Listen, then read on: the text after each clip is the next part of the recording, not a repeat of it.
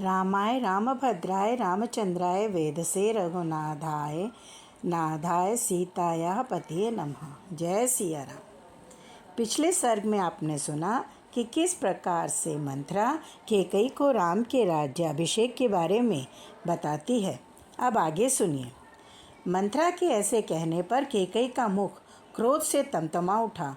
वह लंबी और गर्म सांस खींचकर उससे इस प्रकार बोली, कुब्जे, मैं श्री राम को शीघ्र ही यहाँ से वन में भेजूंगी और तुरंत ही युवराज के पद पर भरत का राज्याभिषेक कराऊंगी। मंथरा इस प्रकार कहने लगी, कैकेयी नंदिनी, अच्छा अब सुनो कि मैं क्या करती हूँ। तुम मेरी बात सुनो, जिससे केवल तुम्हारे पुत्र भरत ही राज्य प्राप्त करेंगे। पाप का मार्ग दिखाने वाली मंथरा श्री राम के स्वार्थ पर कुठाराघात करती हुई उस समय कैकेयी से इस प्रकार बोली, देवी, पूर्व काल की बात है कि देवासुर संग्राम के अवसर पर राजर्षियों के साथ तुम्हारे पतिदेव तुम्हें साथ लेकर देवराज की सहायता करने के लिए गए थे। कैकेयी राजकुमारी, दक्षिण दिशा में दंडकारण्य के भीतर वैजंत नाम से विख्यात एक नगर है, जहाँ शंबर नाम से प्रसिद्ध एक महान असुर रहता था। वह अपनी ध्वजा में तिमी का चिन्ह धारण करता था और सैकड़ों मायाओं का जानकार था। देवताओं के समूह भी उसे पराजित नहीं कर पाते थे। एक बार उसने इंद्र के साथ युद्ध छेड़ दिया। उस महान संग्राम में क्षत विक्षत हुए पुरुष जब रात में थककर सो जाते, उस समय राक्षस उन्हें उनके बिस्तर से खींच ले जाते और मार डालते थे। उन दिनों महाबाहु राजा दशरथ ने भी वहां असुरों के साथ बड़ा भारी युद्ध किया। उस युद्ध में असुरों ने अपने अस्त्र शस्त्रों द्वारा उनके शरीर को जर्जर कर दिया। देवी, जब राजा की चेतना लुप्त सी हो गई, उस समय सारथी का काम करते हुए तुमने अपने पति को रणभूमि से दूर हटाकर उनकी रक्षा की। जब वहाँ भी राक्षसों के शस्त्रों से वे घायल हो गए, तब तुमने पुनः वहाँ से अन्यत्र ले जाकर उनकी रक्षा की। शुभदर्शने, इससे संतुष्ट होकर महाराज ने तुम्हें 2 वरदान देने को कहा। देवी, उस समय तुमने अपने पति से कहा, प्राणनाथ, जब मेरी इच्छा होगी तब मैं इन वरों को मांग लूँगी। उस समय उन महात्मा नरेश ने तथास्तु कहकर तुम्हारी बात मान ली थी। तुम उन दोनों वरों को अपने स्वामी से अब मांगो। एक वर के द्वारा भरत का राज्याभिषेक और दूसरे के द्वारा श्री राम का 14 वर्ष तक का वनवास मांग लो। अश्वपति कुमारी, तुम इस समय मैले वस्त्र पहन लो और कोप भवन में प्रवेश करके कुपित सी होकर बिना बिस्तर के ही भूमि पर लेट जाओ। पापिनी कुब्जा ने जब देवी कैकेयी को बहुत उल्टी बातें समझा दी, तब वह विषाक्त बाण से विद्ध हुई किन्नरी के समान धरती पर लौटने लगी। उस कैकेयी राजकुमारी ने अपने विचित्र पुष्पहारों और दिव्य आभूषणों को उतार कर फेंक दिया।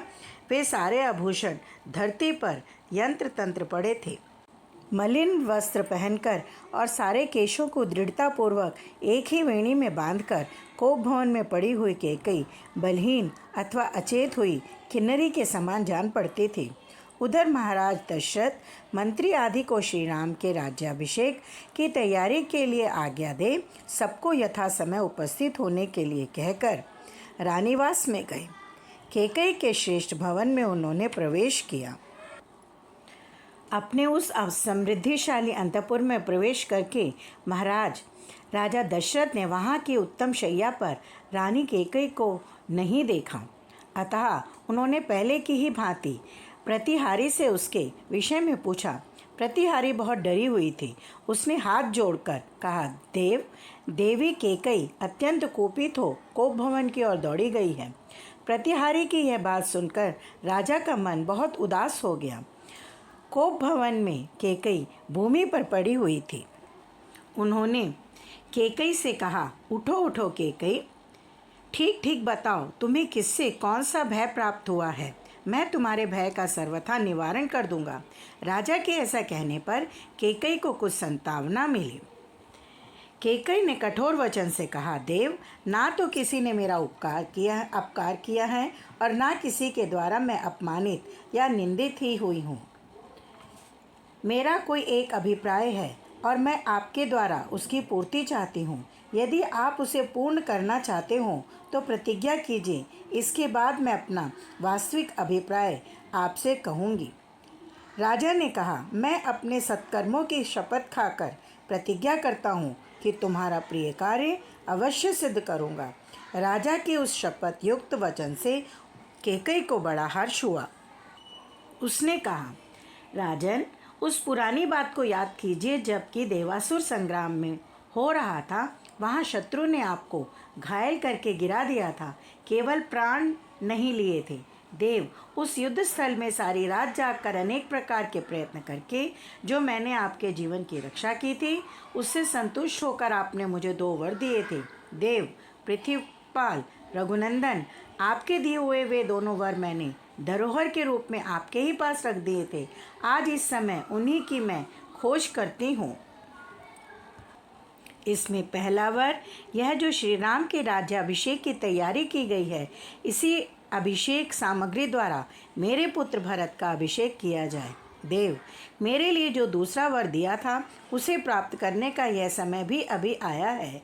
धीर स्वभाव वाले श्री राम तपस्वी के वेश में वल्कल तथा मृग चर्म धारण करके 14 वर्षों तक दंडकारण्य में जाकर रहें, यही मेरी सर्वश्रेष्ठ कामना है। महाराज दशरथ को यह सुनकर बहुत चिंता हुई। उन्होंने कैकई को हर तरह से समझाने का प्रयत्न किया। वह विलाप करने लगे। पुत्र के वनवास की बात सोचकर राजा दुख के मारे मूर्छित हो गए। मनस्वी राजा की वह रात धीरे धीरे बीत गई। उधर जब रात बीती, प्रभात हुआ, सूर्यदेव का उदय हो गया। पुण्य नक्षत्र के योग में अभिषेक का शुभ मुहूर्त आ पहुंचा। उस समय शिष्यों से घिरे हुए शुभ गुण संपन्न महर्षि वशिष्ठ अभिषेक की आवश्यक सामग्रियों का संग्रह करके शीघ्रतापूर्वक उस श्रेष्ठपुरी में आए। सब और महान उत्सव हो रहा था। इंद्र नगरी अमरावती के समान शोभा पाने वाली उस पुरी को पार करके श्रीमान वशिष्ठ जी ने राजा दशरथ के अंतपुर में दर्शन किया। वशिष्ठ ने परम चतुर सूतपुत्र सुमंत्र से कहा, सूत, तुम महाराज को शीघ्र ही मेरे आगमन की सूचना दो। वशिष्ठ जी के ये वचन सुनकर महाबली सूतपुत्र सुमंत्र ने राजसिंह दशरथ की स्तुति करते हुए उनके भवन में प्रवेश किया। सूत सुमंत्र राजा के इस महल में पहले की ही भांति हाथ जोड़कर उन महाराज की स्तुति करने लगे। महाराज उठिए और उत्सवकालिक मंगल कृत्य पूर्ण करके वस्त्राभूषणों से सुशोभित शरीर से सिंहासन पर विराजमान होइए। श्री राम के अभिषेक की तैयारी हो चुकी है। नगर और जनपद के लोग तथा मुख्य मुख्य व्यापारी भी हाथ जोड़े उपस्थित हैं। ऐसे समय में राजा ने दुखी होकर सुमंत्र से कहा, सुमंत्र, मैं सुंदर श्री राम को देखना चाहता हूँ, तुम शीघ्र ही उन्हें यहाँ ले आओ। सुमंत्र श्री राम के महल में पहुँचे और उन्होंने महाराज दशरथ का संदेश सुनाया। श्री राम सीता से अनुमति लेकर लक्ष्मण के साथ रथ पर बैठकर पिता के भवन में प्रवेश किया। महल में जाकर श्री राम ने पिता को कैकई के साथ एक सुंदर आसन पर बैठे देखा। वे विषाद में डूबे हुए थे। उनका मुंह सूख गया था और वे बड़े दयनीय दिखाई देते थे। निकट पहुंचने पर श्री राम ने विनीत भाव से पहले अपने पिता के चरणों में प्रणाम किया। उसके बाद बड़ी सावधानी के साथ उन्होंने कैकई के चरणों में भी मस्तक झुकाया। उस समय दीन दशा में पड़े हुए राजा दशरथ एक ही बार राम ऐसा कहकर चुप हो गए। उनकी अवस्था देखकर श्री राम ने कैकई से पूछा, माता, मैं सच्ची बात पूछता हूँ, बताओ किस कारण से महाराज के मन में आज इतना विकार है। इनकी ऐसी अवस्था तो पहले कभी नहीं देखी गई थी। तब कैकई ने उत्तर दिया, यदि राजा जिस बात को कहना चाहते हैं वह शुभ हो या अशुभ, तुम सर्वथा उसका पालन करो तो मैं सारी बात पुनः तुमसे कहूँगी। देवी, वह बात मुझे बताओ, मैं प्रतिज्ञा करता हूँ उसे पूर्ण करूँगा। तब कैकई ने दारुण वचन कहना आरंभ किया। रघुनंदन, पहले की बात है, देवासुर संग्राम में तुम्हारे पिता शत्रुओं के बाण से बिक गए थे। उस महासमर में मैंने इनकी रक्षा की थी, उससे प्रसन्न होकर इन्होंने मुझे 2 वर दिए। राघव, उन्हीं में से एक वर के द्वारा मैंने महाराज से यह याचना की है कि भरत का राज्याभिषेक हो, और दूसरा वर यह मांगा है कि तुम्हें आज ही दंडकारण्य में भेज दिया जाए। तुम इस अभिषेक को त्याग कर 14 वर्षों तक दंडकारण्य में रहते हुए जटा और चीर धारण करो। वह अप्रिय तथा मृत्यु के समान कष्टदायक वचन सुनकर भी शत्रुसूदन श्री राम व्यथित नहीं हुए। उन्होंने कैकेयी से इस प्रकार कहा, माँ, बहुत अच्छा, ऐसा ही हो। मैं महाराज की प्रतिज्ञा का पालन करने के लिए जटा और चीर धारण करके वन में रहने के निमित्त अवश्य यहाँ से चला जाऊँगा। किंतु मेरे मन को एक ही हार्दिक दुख अधिक जला रहा है कि स्वयं महाराज ने मुझसे भरत के अभिषेक की बात क्यों नहीं की। तुम मेरी ओर से विश्वास दिलाकर महाराज को आश्वासन दो। ये पृथ्वीनाथ पृथ्वी की ओर दृष्टि किए धीरे धीरे आंसू क्यों बहा रहे हैं। आज ही महाराज की आज्ञा से दूत शीघ्रगामी घोड़ों पर सवार होकर भरत को मामा के यहाँ से बुलाने के लिए चले जाएं। मैं अभी पिता की बात पर कोई विचार ना करके 14 वर्षों तक वन में रहने के लिए तुरंत दंडकारण्य को चला ही जाता हूँ। अच्छा, अब मैं माता कौशल्या से आज्ञा ले लूँ और सीता को भी समझा बुझा लूँ। इसके बाद आज ही विशाल दंडक वन की यात्रा करूँगा। श्री राम का यह वचन सुनकर पिता दशरथ को बहुत दुख हुआ। वे शोक के आवेग से कुछ बोल न सके, केवल फूट फूट कर रोने लगे। महातेजस्वी श्री राम उस समय अचेत पड़े हुए पिता महाराज दशरथ तथा अनार्या कैकेयी के भी चरणों में प्रणाम करके उस भवन से निकले। सुमित्रा का आनंद बढ़ाने वाले लक्ष्मण उस अन्याय को देखकर अत्यंत कोपित हो उठे थे, तथापि दोनों नेत्रों में आंसू भरकर वे चुपचाप श्री रामचंद्र जी के पीछे पीछे चल दिए। कौशल्या देवी पुत्र की मंगल कामना से रात भर जागकर सवेरे एकाग्रचित हो भगवान विष्णु की पूजा कर रही थी। श्री रघुनाथ जी के निकट आई हुई माता के चरणों में प्रणाम किया और माता कौशल्या ने उन्हें दोनों भुजाओं में कसकर छाती से लगा लिया और बड़े प्यार से उनका मस्तक सूंघा। श्री राम ने कहा, देवी, निश्चय ही तुम्हें मालूम नहीं है, तुम्हारे ऊपर महान भय उपस्थित हो गया है।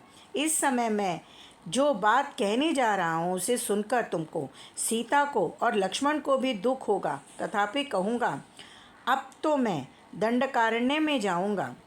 मैं राजभोग्य वस्तु का त्याग करके मुनि की भांति कंदमूल और फलों से जीवन निर्वाह करता हुआ 14 वर्षों तक निर्जन वन में निवास करूँगा।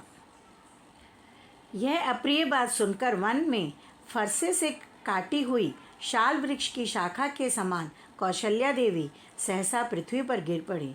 श्री राम ने हाथ का सहारा देकर उन्हें उठाया। तत्पश्चात माता कौशल्या और लक्ष्मण को समझा बुझाकर श्री राम सीता के पास वन जाने की आज्ञा लेने आए। प्रभु श्री राम ने सारी बातें सीता माता को कही। तब सीता माता ने भी प्रभु श्री राम के साथ वन जाने की प्रार्थना की।